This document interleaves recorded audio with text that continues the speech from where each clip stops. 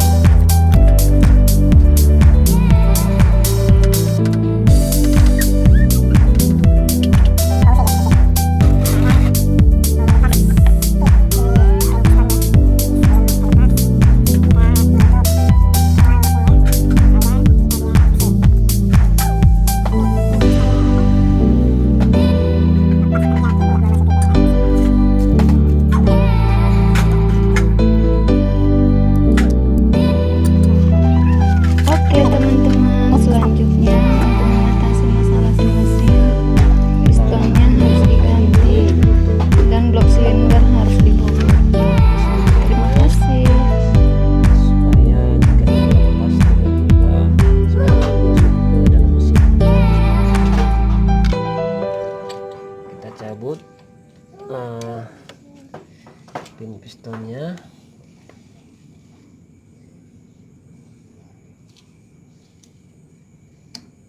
Oke.